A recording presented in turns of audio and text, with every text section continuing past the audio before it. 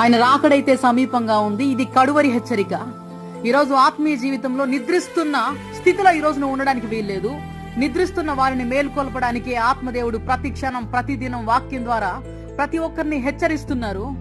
మారు మనసు అందరికీ కావాలి. వాక్యం ద్వారా మేలు కొలుపుతున్నాడు దేవుడు. దేవునికి మహిమ కలుగును గాక.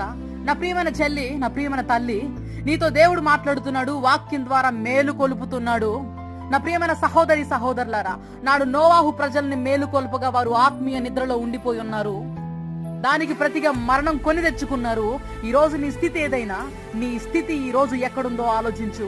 నీ పరిస్థితులు ఎలాగ ముందుకు వెళ్తున్నాయో గమనించు. దేవుణ్ణి స్తుతించు. ప్రతికూల పరిస్థితుల్లో బలహీనపడక విశ్వాసం కలిగి దేవుణ్ణి స్తుతించు. నీ స్థితిని నువ్వు చేసే స్తుతి ఖచ్చితంగా మారుస్తుంది. ఈ రోజు నీ జీవితంలో నువ్వు ఎదుర్కొంటున్న శ్రమలు నిన్ను చంపడానికి కాదు, నిత్యత్వంలో నీకు అధిక మహిమనివ్వడానికే.